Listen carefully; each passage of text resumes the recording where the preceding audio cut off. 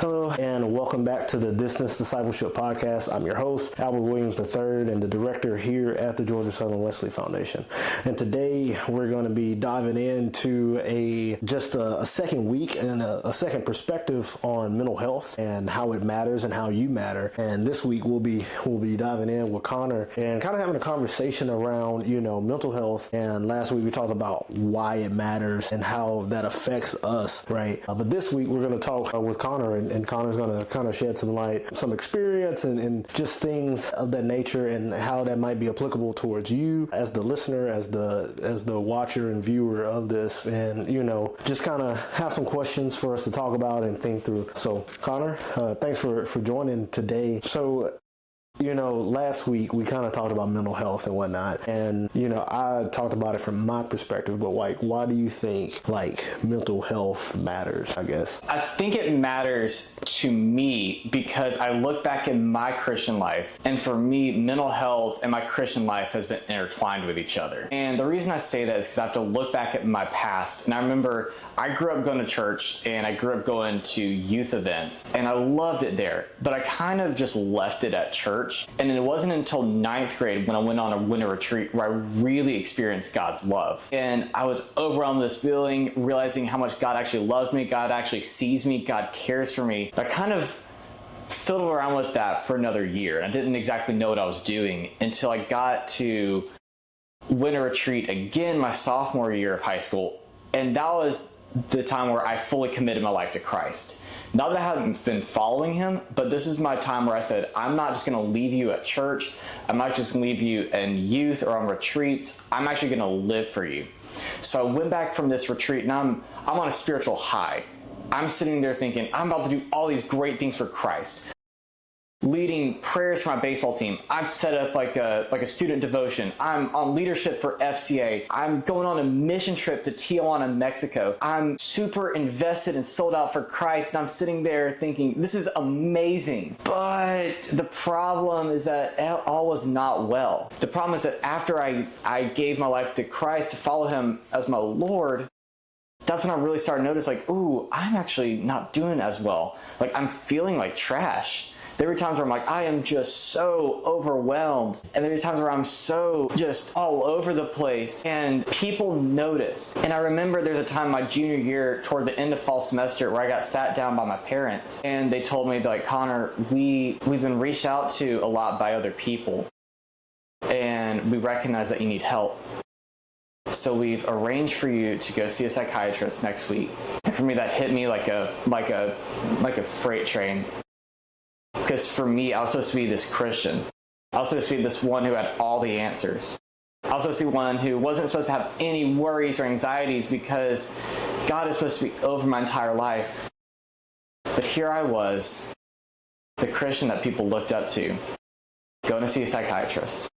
And I felt a lot of shame in that initially. And I remember going through the process of him asking me questions and asking my parents questions.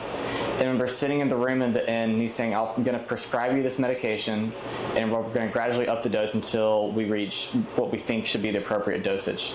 And for a while, I didn't even want to see what my actual diagnosis was because I was so ashamed. And it took me nearly in between 2 to 3 years for me to actually finally look at what I was diagnosed with, which ended up being bipolar disorder. But in that time, I still felt ashamed, and I said, I'm a Christian, but I've messed up, and as a result, I have this bipolar disorder. And I've learned recently, that's not exactly true, and I've had to really learn a lot about God's heart for mental health and what he actually thinks. But for me, this has been a journey that has been painful at times, but very, very rewarding, and I can't separate it from my Christian life. So as a result, for me, that's why mental health is very, very impactful, because I recognize my initial thoughts towards mental health, but also I can see how it's evolved over time into something that's much more positive that we're going to get into later on in this conversation. Yeah, and the thing is, it's a matter of there are certain things that you can't control, right? You learn through this, right? If there's a chemical imbalance Right. You can't really control that, right? It's not like Osmosis Jones and like you go and you like go in between cells and like diffuse and get all the chemical reactions. No, it's not like that, right? So sometimes that requires a little bit of help, right? And I would argue there is a lot of good in Jesus and a therapist, or Jesus and going to the psychiatrist to see what's going on, right? And so why do you think it's so important for like us to like really think about this and like talk about this from your experience to us? You know, why would we like lean in a little bit closer into this? I think the first thing to realize is that mental health is a valid weakness, and there's a lot more people out there and a lot more Christians out there that have a mental health diagnosis, whether it's other Christians like me who have bipolar disorder, other Christians that may have anxiety, other Christians may have depression, other Christians that might have PTSD, other Christians that have name whatever mental health disorder out there. So as a result, if many other Christians have this, it needs to be something to be addressed. Right.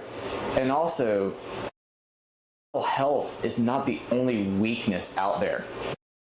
Every single person have weaknesses. You ever have like a job interview and they always ask you, what are some of your strengths and some of your weaknesses? And no one ever says, I have 0 weaknesses. Every person has some. Right.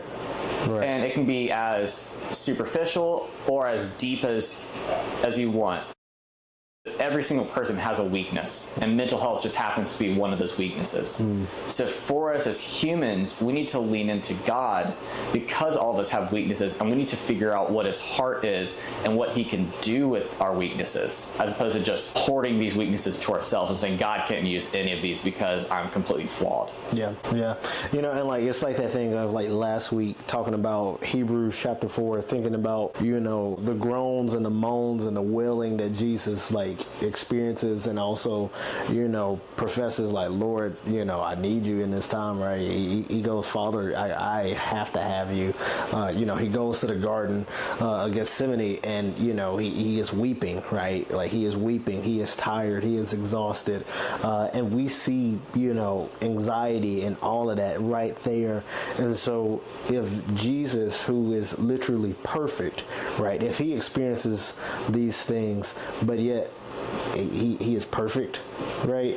He embodied all of this in his flesh, but yet in his spirit and in his living, his being, and his doing, knows that there is more on the other side. And so like we get to know that, right, through experience. There's basically our only teacher. What have your experiences taught you, I guess, is the question. Yeah, so one of the biggest things I started to realize was looking through scripture and trying to figure out what God's heart is for mental health. And for me, a passage that kept sticking out to me many times was 2 Corinthians 12, 5-12. And just in summary, this is Paul talking about his thorn in his side, and he's prayed many times, he's asked God, please remove this, but God tells him, he's like, my grace is sufficient for you. My power is made perfect in weakness. And I think I've been able to really dive into that passage and start to realize a lot of things that are being talked about in this passage have been things I've realized in my own life in relation to my bipolar disorder. So the first thing is just really understanding that my weakness makes me dependent on God. Because when I initially told God I was going to live for him and I was going to do everything for him, I thought I was going to be like Superman. I was like, I'm about to do all these great things. I really don't need to be reading my Bible. I really don't need to be doing anything, worship music, or spending time in prayer, because I know all the answers and I'm about to go make a huge impact. And I was relying way too much on my own strength. Bipolar disorder, because if you're not careful, you can fluctuate into troughs of depression and troughs of mania. Because I can't control that as much, it forces me to turn to God and ask him for peace, ask him for direction, and essentially just be with him. So one of the biggest things that I had to learn immediately was that my bipolar disorder and my mental health keeps me dependent on God, which is an amazing thing to look at. The second thing is understanding that God's grace is sufficient for me. The thing with bipolar disorder, and especially having to learn how to deal with that, and especially in high stress situations in college, I've really been able to see God's grace at work in my life in the darkest valleys, in the times where everything seems hopeless, in the times my mental health has been off the rails, recognizing that God is there and God has helped me out in those areas, and recognizing that because I've seen God help me out in areas where I'm struggling, it's forced me to turn to Him. And realizing that with me turning to God, that's been something that has been so built into my Christian life. And even if it's not with my mental health, if there's other things going on, I have that muscle in me to turn to God as a result of me having to turn to them so much in my mental health. I really have to realize that the thing that I personally prayed many times to God to remove is the thing that essentially saved my life and saved my time in ministry. And I don't mean that lightly. Realizing that if I wasn't turned to God, I don't know where on earth my life would be right now. I might be off the rails somewhere. I'm in a ditch. In a ditch somewhere. Underneath a park bench or something. Yeah. Not even involved at Wesley. No idea. But realizing that my dependence on God and seeing Him work in the darkest valleys has been amazing. And one of the other biggest things I've really got to see is that God's power is perfected in our weakness. And we see that was God's second response to Paul's thorn in the side after he says that my grace is sufficient for you. And he says my power is perfected in weakness. Because God's power is able to be seen so much in all of our weaknesses. And I can see God's power so much work when I've leaned into my weakness of bipolar disorder. Because I have bipolar disorder, it allows me to be very attentive to the needs of other people. I'm very sympathetic and empathetic to what other people are dealing with. And as a result, other people have been able to see God's love so much because I have allowed myself to be open and vulnerable with my mental health. And that's not to say I'm telling him, like, that's not me. Every time I have something going on, I have to tell him, I was like, hey, by the way, I have BPD and this is why I'm going to help you out. It flows from my weakness. This love for other people, this sympathy, this empathy for other people flows out of my personal weakness. And realizing there, I'm like, that's God's power. And I don't think I'd be as sympathetic, as caring for other people, as able to do all these things if I did not have this mental health disorder. And so I guess for me, like, those are some of my big things that mental health, especially my bipolar disorder, has taught me. And it's been an amazing journey to realize. Yeah. And, I think whether you suffer from, anxiety or bipolar or just, everyday life, right? We all end up in the pit, so to speak. Like we all kind of end up in that one place. At some point in time in life, like it's kind of inescapable during the human experience where you were going through despair, right? And you're like, Lord, I don't think I'm going to make it. Like there comes a point in time, especially if you go to college, right? Like at some point in time, the late nights, you're going, I don't know if this is worth it. I don't know why I'm here. I don't know why I should continue staying up till midnight 30 studying for a class that I'm never going to understand, right? And so, or maybe you're working a job, or maybe life has just dealt you not a great hand, right? And maybe there's some trouble at home or just trouble in life that is just unexplainable. And I think that's like some of the thing is like the only way Paul can really describe it is a thorn in his side, right?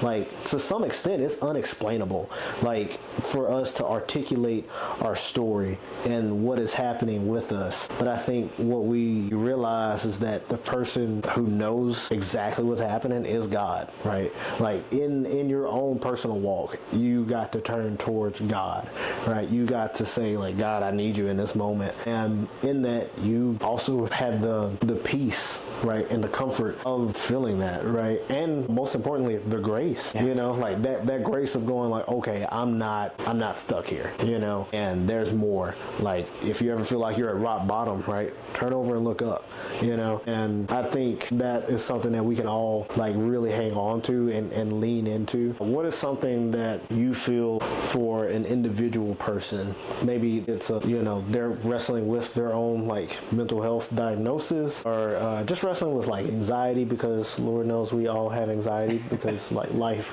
be lifing, right? But like, what is something like for that individual person? What are some action steps, or what are some things they can think through?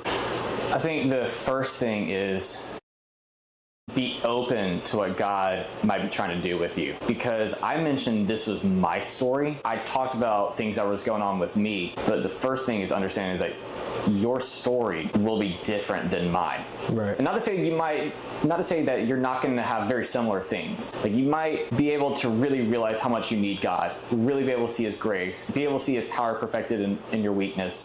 But the outcomes might look very different. I talked about how God's power perfected in my weakness allows me to empathize with other people. For other people, it might look very different. And I can't really tell you exactly what that would look like on an individual level. My first thing is to say, be open to what God might try to do with your weakness. The second thing is, don't be ashamed of your weakness. As I mentioned, Paul, the guy who wrote half the New Testament, this great evangelical, this guy who set out on many missions, he had a thorn in his side. He was not perfect. And every single person that God did something in the Bible all had weaknesses. As you mentioned, Peter was impulsive and reckless. Thomas doubted. Jonah ran away. Moses murdered a man. Elijah had a stutter too.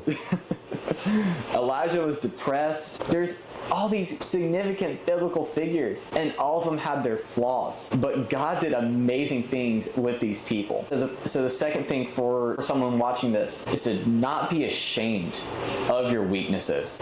And what that also means is you also have to identify what your weaknesses is, because you can't say, I'm Superman and I have no weaknesses. Right. You also have to be comfortable in naming and giving God your weakness. I mean, I think that's valid though. Like, you have to know the weaknesses, like address it and acknowledge it, right? There's no like getting around it. It's like an athlete that does not acknowledge, hey, I'm not good at sprinting, but yet they go play a sport where they have to sprint all the time and never work on sprinting. It's like, you can't go play football and be like, I'm not that good at it, but it is what it is. It's just a weakness. Like, it doesn't matter. That weakness can overshadow you if you do not like do something with it, right? And so thinking about us, if Jesus is the coach, right? He goes, hey, this is a spot we need to work on. And instead of going, man, you suck, Jesus goes, let's work on it together, right? Let's work through this together. This, like, you might not be the best sprinter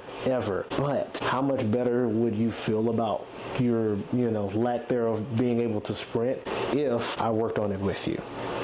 And so because of that, like with us, sometimes you might not be able to, especially if you have a bipolar or, you have anxiety, right? There's no getting rid of that anxiety, but teaching you to, hey, when I'm anxious, this is what I can do to help me in this situation, right? I think that's something really healthy, and it's really good for us to lean into that instead of saying, I'll figure it out when I figure it out. When I'm better, then I'll figure it out. Let me go work only on my strengths and then leave this thing to be my weakness, and then, it'll get worked out in the end. Like, no, we have to allow Jesus to enter into our lives and go, hey, I see this as a tension point, right? Let me help. Let me love on you. Let me serve you. And let me show you that, don't think so highly of your weaknesses, but rather think highly of Him, right? Think highly of Him, because ultimately He knows what the weakness is, but He's the one that gives us strength, right? And so because He gives us strength, there is no weakness that can allow us to feel like there's no way out. And even if you do, He still goes, I'm here, right? And so we have to take back that power, so to speak, of like this thing that is trying to control us, or make us feel less than, right? Because it could have that effect. Instead of feeling less than, Jesus reminds us of our worth, right? And it reminds us of who we are and whose we are. And if we know that, I think we can do a lot. One of the other things is, if you're struggling with mental health or you have other weaknesses, that doesn't mean God doesn't love you. Just because you may have a mental health disorder or you might have another weakness doesn't mean that God has said, well, you're a horrible person, I'm giving you these problems. That's the end. This is your punishment. Like, that's not what that means. It's just ways that God can keep you dependent. It's ways that you can see God's grace. It's ways that you can see God's power work through your weakness. But also, one of the very important important things is it's a journey. So give yourself grace when you're going through this journey. I'm able to speak on my experience and being able to really look at my own mental health. And I'm able to say this after having to wrestle with this for 6 to 7 years. This has been a really tumultuous and hard journey. So for you who might just be at the beginning of coming to terms with the weakness that you may have, coming into terms with a mental health disorder, or something that you may have been living with for a while and then questioning why you have it, this journey to accepting it and this journey to allowing yourself to see how God can use it will take time. And it's a really, really hard thing to do, and it's going to be really difficult. But I just encourage you to give yourself a lot of grace, because God gives you a lot of grace when you're going through this journey as well. So just be patient with yourself. Yeah, for sure. And so, to begin to wrap us up and close this out, how can you might not be personally struggling. I can't talk. Maybe we're not personally struggling, right? How can we help those that may be struggling around us? Yeah, so the first thing is, in order to help other people, you have to recognize that you are also someone who has weaknesses or flaws. And I say that because if you're sitting there like, I don't have anything wrong with me, that doesn't give you any way of sympathizing with other people. And what you're going to do is you're going to look very high and mighty, and you're not going to be able to be attentive to other people's needs. So the first thing is, in order to help other people, is that you yourself have to recognize you have a weakness. The second thing is, be sympathetic to others. While you may not be going through exactly what they may have, still be willing to listen.